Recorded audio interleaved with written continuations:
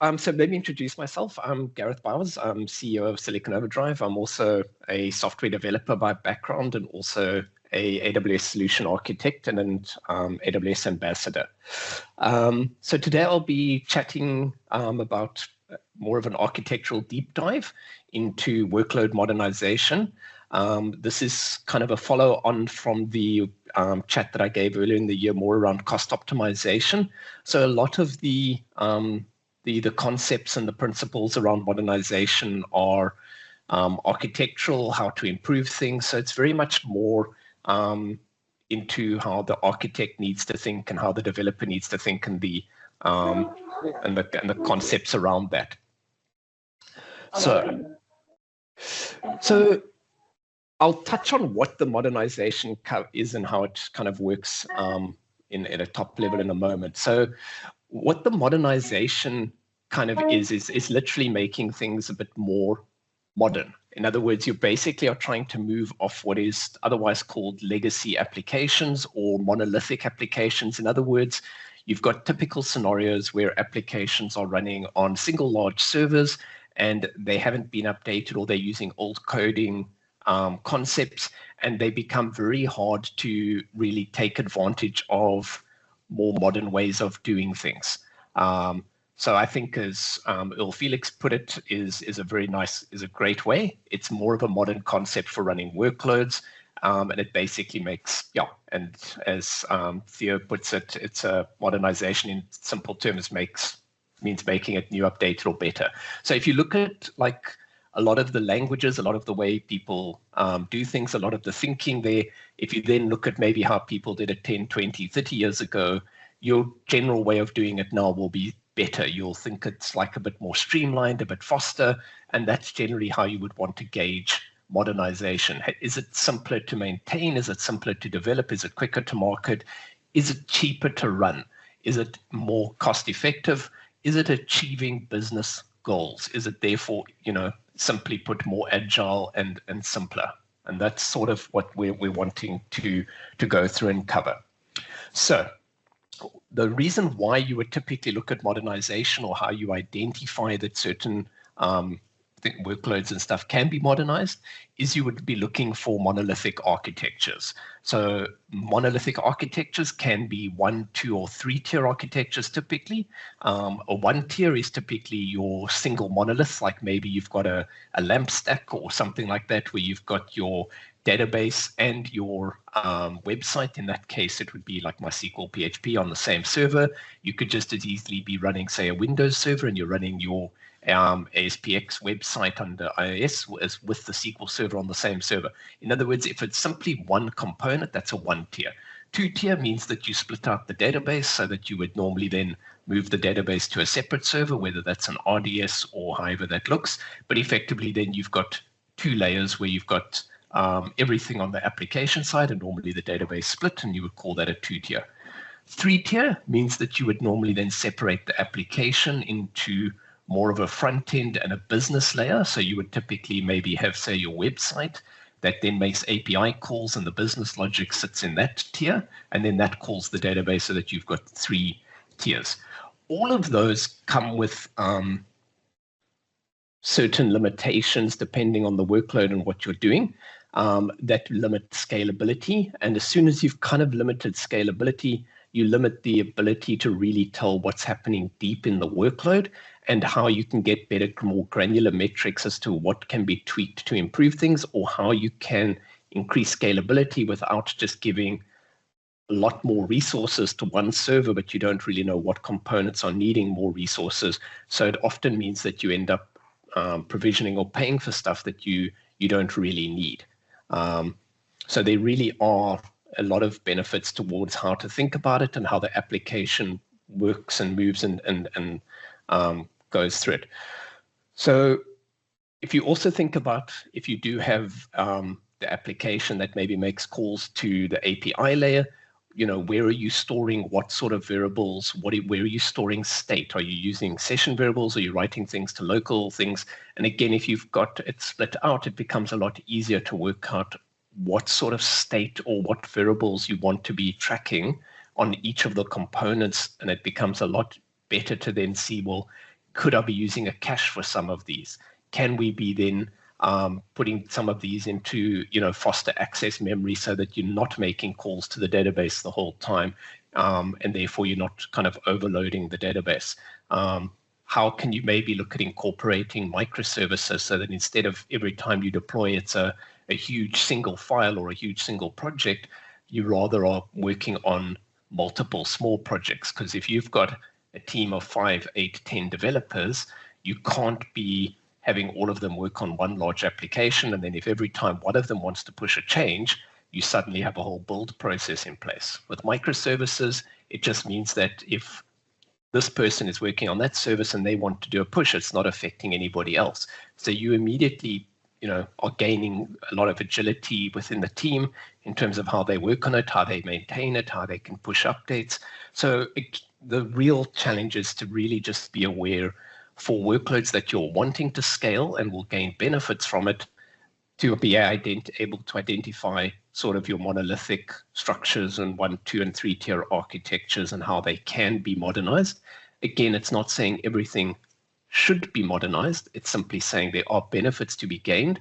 But if you've got a workload with a static usage, maybe there won't be significant benefit to, justify the time put into it. So with that, you've obviously got then your high maintenance costs, your technical debt, your cost to maintain it. As I said, you often will find that large applications come with a large deployment thing. Sometimes you'll find that deployments can take, 10 minutes to deploy, depending what you're using, how you're building it. If you're building a container, or if you're building or having to compile the code and push it, or spin up a new server when you deploy. You've also got to look at those sort of things in terms of the cost for the engineer to do it and the developer to maintain and push. And then with all of these things, then by separating it out, you also then can address the disaster recovery, or DR, which is obviously one of the key things that all businesses should be looking at once they get to a certain size in production, that they need to know how do you recover quickly and easily, or ideally, how do you have complete elasticity and scalability and resilience so that you don't have single points of failure and that your DR can naturally look after itself. And again, by separating out the components, it becomes easier to identify risk. It becomes easier to address the risk. And more importantly, each component can be more easily maintained and supported without it being a case of, it's larger and just more of a black box. So the cloud native benefits, as I've kind of gone through, is elasticity. Elasticity isn't just auto scaling and scaling out. Elasticity is also about scaling back in and therefore saving the costs when it's not needed. So your typical auto scaling groups do that. The best example would be Lambda or things like that, where you only kind of do your pay as you use model. But there are multiple ways of separating it out for elasticity. But it really does come down to being able to get the more granular metrics on the different components of your workload. Otherwise, you can end up being a bit uncertain as to what exactly on that server is, generating most of the traffic and the load and stuff. Resilience, again, you might find that by separating out the components and basically making it, or a bit more, it becomes naturally more resilient. It becomes a lot easier to monitor and manage. And then it becomes easier to implement the fault tolerance that the business requires. And then agility, obviously faster deployments, quicker deployments make development cycles a lot faster and easier to push out updates to production or fixes when needed. So you might have seen this diagram in the past at some point, but it's a really nice illustration of what all businesses effectively want over time, which is a more mature cloud native sort of environment with a lower total cost of ownership, which is TCO. So let's kind of run through it a bit. So the typical sort of considerations when you're looking at a workload that maybe is, say, on-premise, and you're looking at either just doing a straight lift and shift or possibly redeveloping it or things like that, you kind of will find that there is a certain cost comparison that can be done to justify the move, and you look at the refresh cycles of on-prem hardware and all those things, and then you say, well, how do we really achieve total cost of ownership or cost savings on cloud? And then you look at things like maybe instance right sizing, but that will only get you so far, because there's only so much you can do in terms of either a 1 or a 3 year commit or savings plans and things like that. To really achieve and work down that, work across the things and really reduce the cost, you need to then kind of be looking at improved elasticity. In other words, separating out the stuff and maybe seeing what is the baseline you can be paying for each of the components. To really get a good sense of that, you would need to measure it and monitor it and understand what is the real baseline and what you can do, and then optimize that EC2 and the savings plans around it. Similarly, for storage, you can always save money by...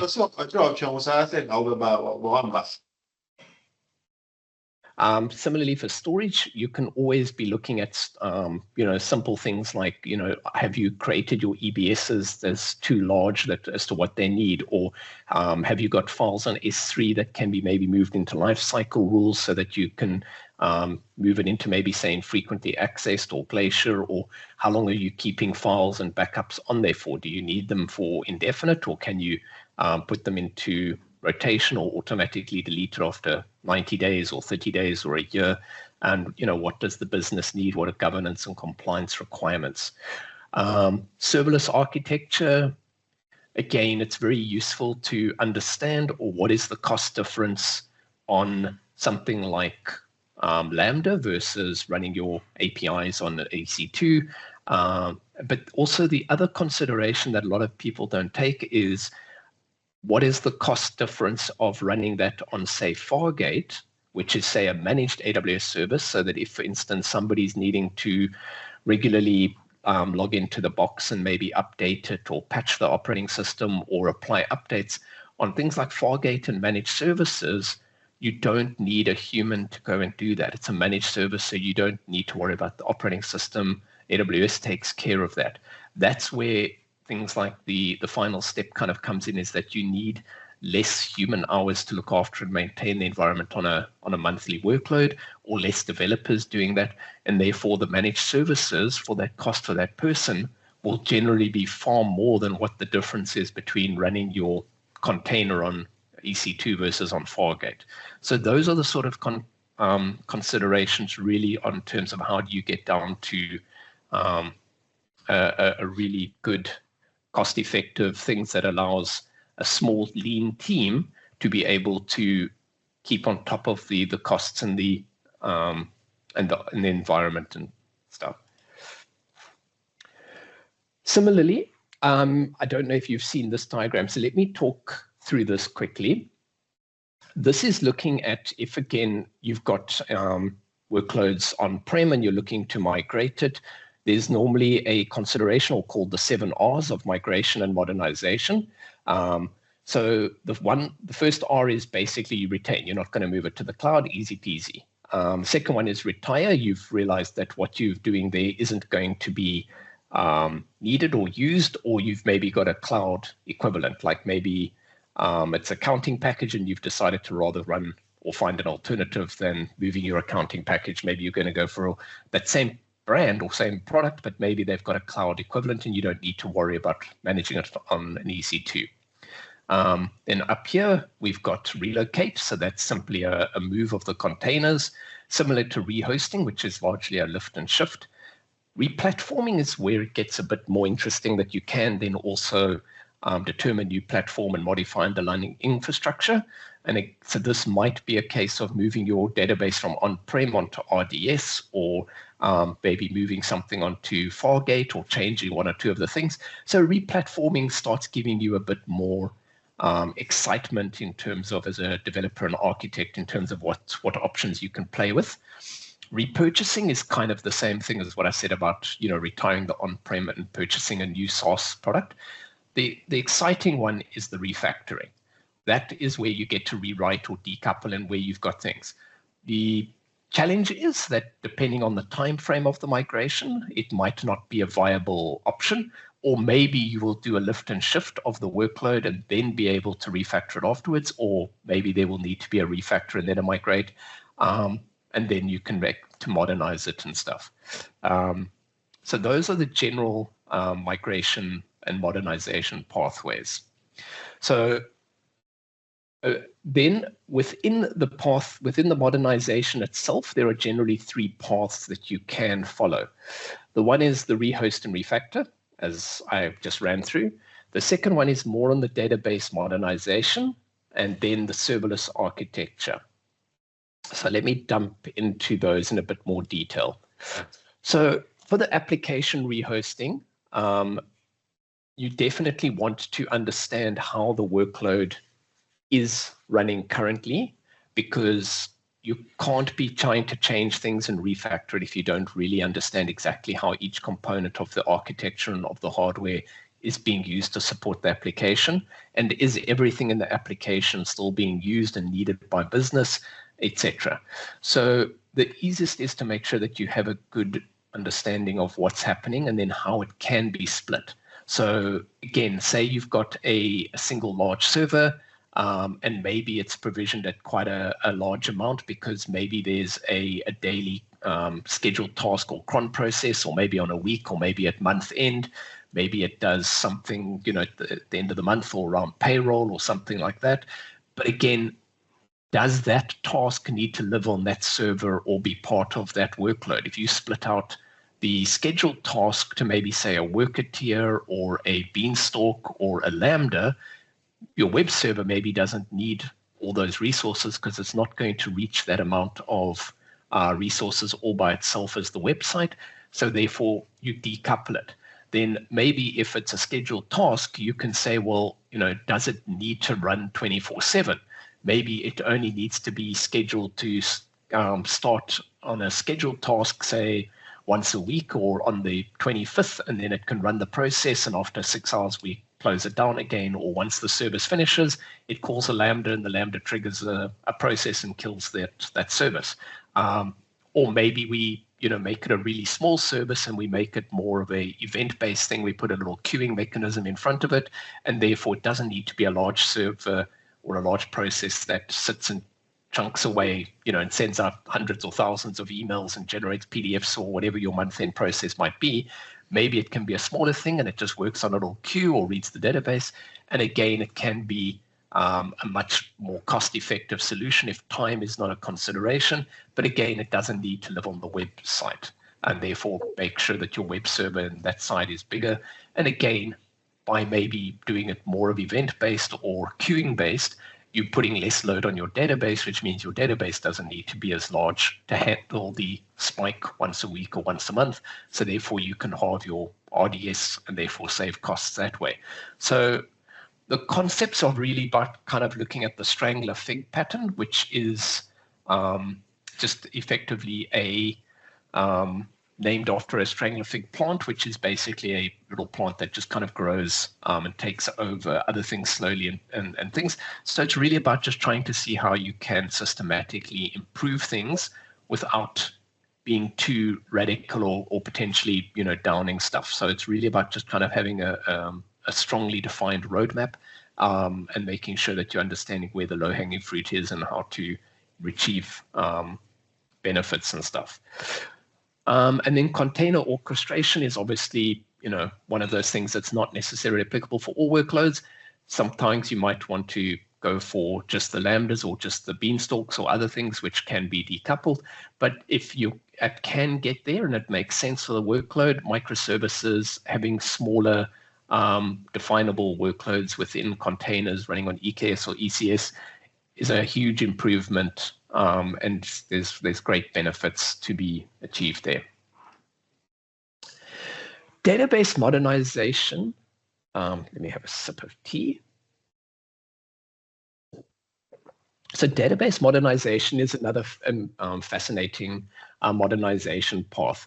So what you would normally look for here when you're considering a workload or if you're developing it yourself is, why was this built the way it is? Does it still need to be built like that? What is the sort of monthly costs, and is there an alternative that is substantially cheaper or cheap enough to make it worth the return on investment for the time spent to yield that. In other words, it's pointless spending 200 hours to modernize something that's going to save you $5 a month.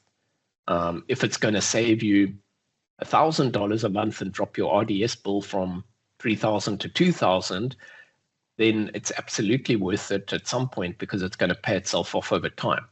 So you will find that if you're running through the cost calculator or things like that, you will find that certain databases have license costs. Things like my SQL Server, Oracle.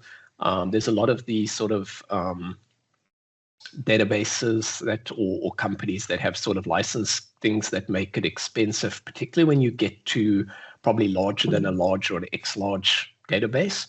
The cost difference between running that versus, say, MySQL or Postgres does become substantial and noticeable for a lot of people. And then obviously, as soon as you start adding high availability and read replicas, that side also becomes a lot more expensive from using a licensed database.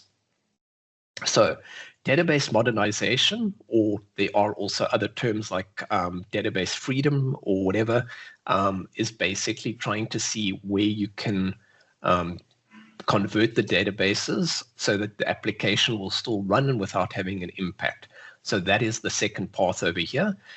This you can do through a variety of means. You can use like AWS schema conversion tool. It can certainly help in terms of providing a lot of insights. You can also then often need to do some form of a discovery and just kind of see what else is accessing the application. Are there stored procedures or things baked into the database that maybe aren't on the application side? These things might need to be moved across and created as stored procedures or things and triggers and business logic layers in something like a Postgres or something else, or moved to the application. Those are generally where you need a lot more considerations and investigation or discovery into the process.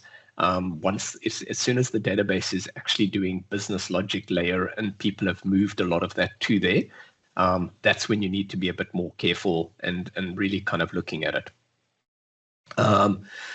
Open source cloud databases, cloud native databases, you've really got a huge amount of choice compared to 10 years ago. There's loads of ones on here that I haven't mentioned, like AWS have native things like even TimeStream, QLDB. There's several other databases on top. The normal ones are typically your MySQL or MariaDB, your Postgres database, either of which can run on Aurora or RDS. Your NoSQLs like your Dynamo, your MongoDB and stuff, and then your more warehouse stuff like Redshift. There's obviously other third-party ones as well. But again, it's really about trying to see what is a good fit to move off, typically SQL Server or something like that too. Then once you've actually worked out what is on the application side, what is on the database side, you would then need to work out how do you go about doing that. And if this is in production, how do you kind of do a POC or make sure that it's going to work and test it, be able to test it at scale? And then how do you actually set it up for execution for the live production? And typically you would use something like a DMS or database migration service, which has a lot of features to be able to set up the data and then slowly keep the synchronization across ready until you're ready to cut over so that the database is live in both locations. So those are great ways or tools. There's obviously other tools or other ways to do it. If it's not a production workload, you can just as easily do a dump from the one and import in the other, and nobody minds if it takes a few hours or however long it takes. And then obviously with all these things, you want to keep an eye on the metrics, you want to keep monitoring, and you want to ensure that what you've done is working optimally. And then can your database be right-sized or reduced, and what is the final looking fit for that? Things like RDS and Aurora do have like performance insights and things that can help you identify slow running queries. So there's a lot of other database or DBA skills that can be applied that developers maybe don't always know where to look for or aren't even always aware that they exist. So it's often great just to make sure that, everybody can kind of ask the right questions and make sure that we're understanding how to fine tune it and look for cloud native features there. Advantages of the open source databases is, as I said, can be expensive licensing. You can often see that your license costs alone will be 30 to 50%. And then Aurora does offer commercial grade performance at a fraction of the cost. I think the general stats are around 5 times, you know, from that side in terms of the ratio. And then the features, then the AWS managed services like automated backups, read replicas, seamless scaling and stuff. So what do we mean by that is, let's assume that, for instance, you're running your SQL Server as a single monolith because you're trying to save costs. So you've got your website and your database on the same server. Or even if you had split it out and put your database on a separate EC2, by moving it to something like RDS or Aurora, it becomes a tick box to just say, do you want to read replica, or do you want high availability? Do you want to automate the backups? Do you want to use AWS backups? Do you want to then keep them for 7 days or longer? Do you want to move it to S3? It becomes really easy to work with the managed services and the database cloud native services. For instance, if you're running your database on EC2, you can't easily make a backup of the database unless you're using the traditional database backup method, which is definitely doable, but it's not like you can just make a snapshot of the EBS and restore the EBS, because then you're restoring the entire EBS, including the operating system and anything else that's on there. So in terms of time to recover or disaster recovery, it's always going to be slower. And there's always a chance that something else gets included in that state as to what was the state of the database at the time when the database was made. Was it busy doing transactions, et cetera, et cetera?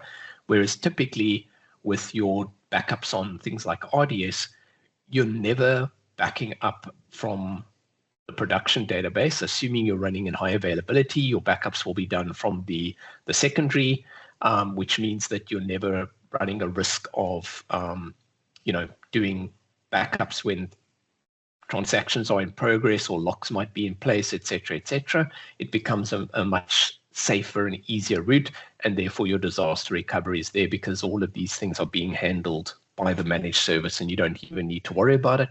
And when you do a restore, the database is thing. So it's more using the data plane and the control plane in terms of being able to work with it.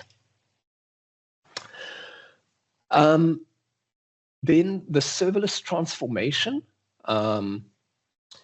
the last one of the paths. I see that I actually left it as saying path 1 instead of path 3 over there, but let's pretend that said path 3. How this works is, if you're building the application from scratch, this is typically, I think, how a lot of you would think in terms of building it. So this is really about trying to look at existing things and modernizing it if it's an option, and how you would go about that. So again, as I said, if you've got a monolith, which maybe does the month-end process, can you separate out, say, the scheduled tasks and run that as a separate, worker tier on a beanstalk, or run it as a separate EC2, or move it to a separate container or something like that? Or the most common or easiest one is often to run it or move it to Lambda, whether that then requires more like a step function or an event bridge, depending on how long that task needs to run. There can be a lot of considerations around that. So a lot of the serverless transformation really depends on how often is that task running. Is it event-based? Is it a schedule? Is it something that, if we say, is going to require one call, and then that call, requires another 10 things? Is Lambda the best bet, or are you going to end up with an awful lot of Lambdas because it's badly written or structured? So like a silly example. So let's assume you have a website and somebody comes along to register, and you do a KYC or know your client or some sort of a registration process, and then you maybe go and do a bunch of API calls or things to read data from different sources, etc. So maybe one user action is actually triggering 50 processes behind the scenes from your side to get information, do different reads to different tables, maybe calls to third-party APIs, etc. If you now have 10 users, you've got 500 calls being made. At scale, that's not really sustainable, and that's going to create an awful lot of lambdas, in which case maybe having another method or a queuing mechanism, or maybe making those calls through your own containers or your own API might be better. Or maybe Lambda is the best. Maybe you need to be trying to see then, can a Lambda, rather through a step function, chain the events, or do you want them fanning out? What makes the most sense? What is the time to respond for the user experience? Those are the sort of things that you really kind of want to make sure that you're understanding how they can impact the user experience and what is going to be a great experience. We've all been on websites where you sit and the thing just sits and sits and sits, and after 5, 6, 10 seconds you're like, I don't know what's happening. Do you close the browser? Do you not? That's what you need to avoid. You want to be trying to make sure that there's a great user experience and that you've got a reasonable understanding of how long you should be taking before the page loads, and therefore that should guide architectural decisions and what sits where, so that you can better advise and the developers in terms of how to build it out and making sure that things are reliable. You don't want to have somebody triggering a process to do a KYC that makes 50 calls and 45 of them return and 5 don't because the other site was down, but it doesn't return something that you're handling meaningfully, because again, you end up with a situation where you don't have a complete response to give to the user or to the people to make a decision, etc. So you need to ensure that all of those sort of flows are considered as to what you're actually trying to build and what success works for. But that's where the serverless side really comes in. There's a lot of options in terms of how to do it, but it really comes down to understanding that and putting in the right metrics, or understanding the different components and how you want to handle it, rather than just trying to do it through one call and then a lot of code. What can be done in parallel and how can that work? Serverless benefits. Well, the obvious is that you have zero server management. You don't need to worry about the underlying infrastructure, which is huge from a developer's perspective. Cost reduction, you can get up to 90% reduction. Particularly Lambda is incredibly cost effective for usage compared to traditional servers, and the fact that it can fan out and perform hundreds or thousands of different calls simultaneously is phenomenal. Obviously, then the auto scaling, with all of these things, you can get provisioned IOPS, you can get provision concurrency. There are ways to ensure that your execution is within agreed standards, as opposed to it more being erratic or suffering from uncertainties around it. So again, you really want to understand, are there things around scaling, auto scaling, latency, time issues, and making sure that you're understanding those things to use the best choice for it. And that's all key part to modernizing it so that it's a success. And basically just don't think of modernization as here's the start, here's the end. The modernization journey is a continual process. It's, you should always be continually looking at the workload, whether that's every 6 months, every year, every 2 years. Even if you modernized it 3 years ago or 2 years ago, there will be stuff today that probably can be improved. As AWS comes out with new services, it comes out with improvements to things. AI is obviously changing the landscape in ways that we don't really all follow things, and where would that be in a year's time? Again, we don't really know what impacts it will have on our workloads and which ones can be improved. So it's really about trying to see, making sure that you understand the tools and the things, and how to then confidently make recommendations and to be able to expertly deliver on that and achieve the results. Measure the success, look at the things, and kind of really understand what you've done and is it really an improvement. that is kind of the way to feed back to business to show what is the ROI, what was the return on investment? Was it worth me spending 60 hours to save $5 or save $1,000 a month, in which case over a year that's $12,000, then, heck, I think so. And scale gradually. Again, sometimes people try and just, rewrite an entire system, and it's like, you sometimes want to break it down into the components and treat each as a separate project, learn lessons from it before tackling the next step, in case something you're assuming isn't correct. It's really about trying to just learn from that lessons. And also, sometimes what worked on one workload might not work on another. You might find that the use case is different. You might find there are nuances, or you might find that the speed or the stuff that's happening on the one is different to the other, and it doesn't always mean that one solution is the right fit for everything. So you really want to just be considering a lot of those factors as you go through it.